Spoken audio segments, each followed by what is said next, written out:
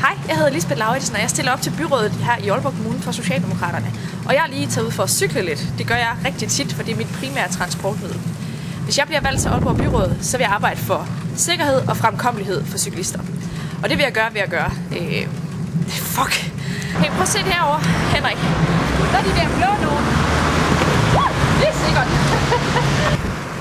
Nu kommer vi hen til et lyskryds, hvor der er rødt, og vi skal svinge til højre. Men vi behøver ikke at stoppe for rødt, for vi kan køre lige forbi.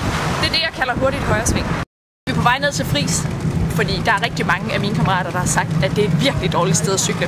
Men det synes jeg faktisk også, det er ret utrygt, når biler og busser holder lige op ad cyklisterne. Og der er jo plads til en cykelsti. Sige noget om Nytorv her. Der er også mange busser og svært at cykle. Jeg kan jo ikke få vejret. Jeg cykler altså meget. Shit. Jeg var lige ved at køre en mand ned, samtidig med at der er en bus bag mig. Jeg tror virkelig, der er behov for en cykelsti her.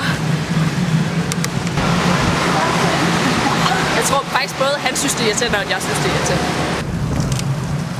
Der var en luftbombe, og det er en af de gode ting. Nej, jeg kan overhovedet ikke sige det her, Henrik. Det er rigtig godt.